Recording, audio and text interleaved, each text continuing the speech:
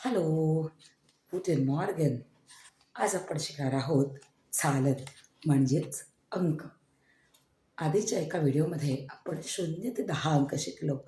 आता या व्हिडिओमध्ये आपण 11 ते 20 अंक शिकणार आहोत. या अंकांना आपण म्हणतो चालन. चालन. तर 11 आणि 12 आधी बघूया.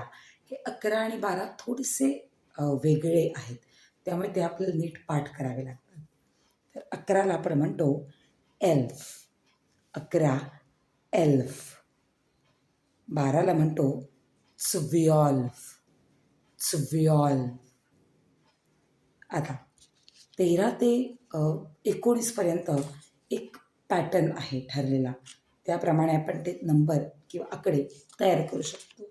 जसं की 13 म्हणजे 3 10, 3 10, म्हणजेच जर्मनमध्ये 13. 13 म्हणजे 13, 3 10. 14 म्हणजे अर्थात 4 10. 4ला आपण काय म्हणतो फिअर, आणि 10ला सेन, त्यामुळे तो अंक होतो फिअर सेन.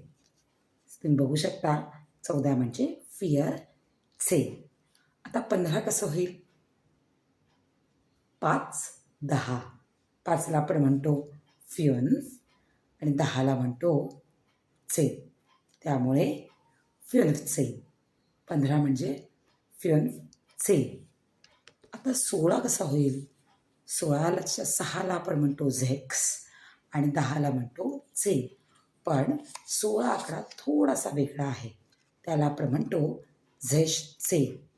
झेश सेन, कारण झेक्समधला शेवटचा एस आपण काढून टाकतो 16 लिहिताना, म्हणून झेश सेन. आता 17 कसा होईल? 17मधल्या 7ला आपण म्हणतो झेबन आणि 10ला म्हणतो झेन. पण याचंही स्पेलिंग थोडंसं वेगळं आहे. स्पेलिंग आहे SIEB ZEHN, झिबसेन.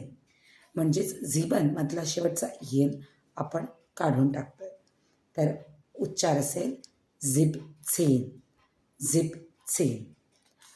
आणि 18ला जसं आहे तसंच 8 सेन. 8 10, 8 सेन. आता पुढचे काही अंक 19 म्हणजेच 9 10, 9 सेन. आता 20 हे आपण थोड्या वेगळ्या प्रकारे म्हणतोय. 20ला आपण म्हणणार आहोत स्वानसिश. स्वानसिश. तर पहिल्यापासून आपण हे सगळे आकडे पुन्हा वाचू. एल्फ. मी वाचणार आहे, तुम्ही रिपीट करायचं आहे. Elf, zwölf,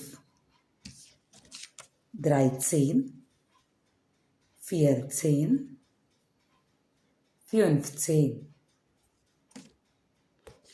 16, 17, 18, 19, 20. तर पुन्हा एकदा माझ्या मागे म्हणायचं आहे, रिपीट करायचं आहे. 0 ते 20 आकडे.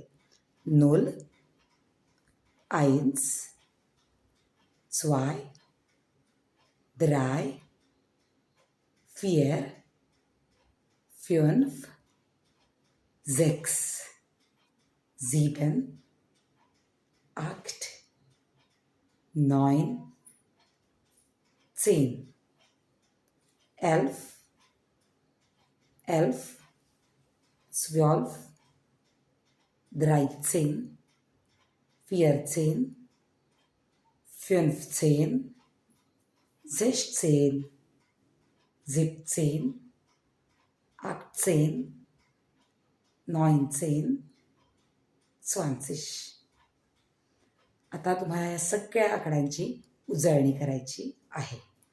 तुम्हाला आता मी काही नंबर्स सांगणार आहे, आकडे सांगणार आहे, त्याला काय म्हणतात हे स्पेलिंग तुम्ही चॅट बॉक्समध्ये पाठवायचं आहे. तर पहिला आकडा आहे 14 आणि दुसरा आकडा आहे 12. त्या दोघांनाही जर्मनमध्ये काय म्हणतात हे कमेंट बॉक्समध्ये तुम्ही लिहून द्या. चीज बिस मॉर्गन. उद्या भेटूया. चीज.